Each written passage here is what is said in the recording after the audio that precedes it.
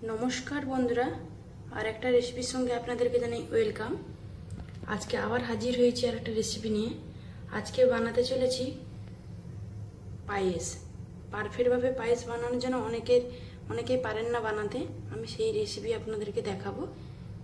চলুন তাহলে রেসিপিটা শুরু করা যাক। এদিকে দেখুন বন্ধুরা, 1 কিলো মতো আমাকে এখানে গরুর দুধ নিয়েছি। আমি এখানে জাল দিতে বসিয়ে দিয়েছি।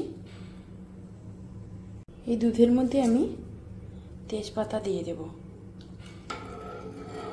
একদম দুধটাকে মেরে মেরে আমি একদম ঘন করে নিয়েছি দেখুন। আর এখানে আমি চালটা খুব ভালোভাবে পরিষ্কার করে ধুয়ে নিয়েছি। একদম অল্প চালটা দিয়ে দেব।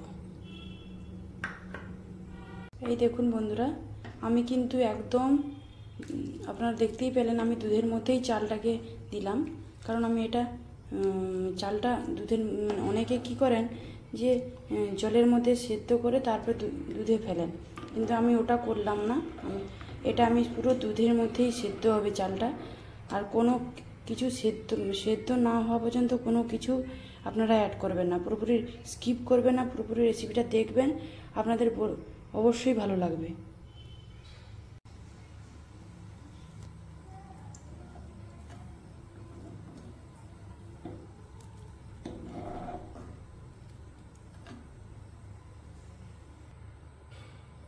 চালটা আমাদের অনেকটাই সেদ্ধ হয়ে গেছে দেখুন। এবার আমি বাদামগুলো অ্যাড করে দেব।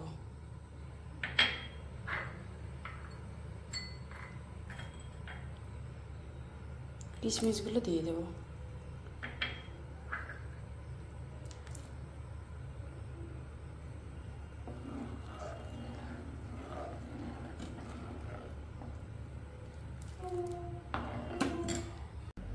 দেখুন বন্ধুরা, একদম ঘন হয়ে গেছে দুধটা। আর আমার চালটাও খুব ভালোভাবে আমি টিপে দেখলাম সেদ্ধ হয়ে গেছে।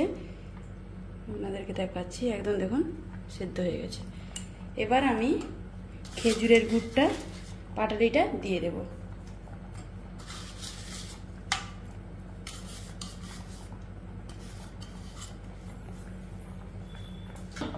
খেজুরের গুড় দেওয়ার পর আমি এই যে নাড়াচাড়া করছি, চারদিকে যাতে মিশে যায় নাড়াচাড়া করে নিচ্ছি।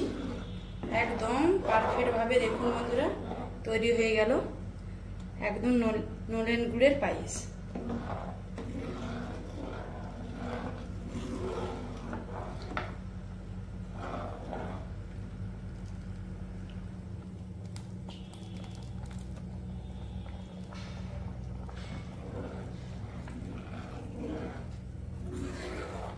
একটু ফুটিয়ে আপনাদেরকে নামিয়ে আমি দেখাচ্ছি কেমন হয়েছে এটা।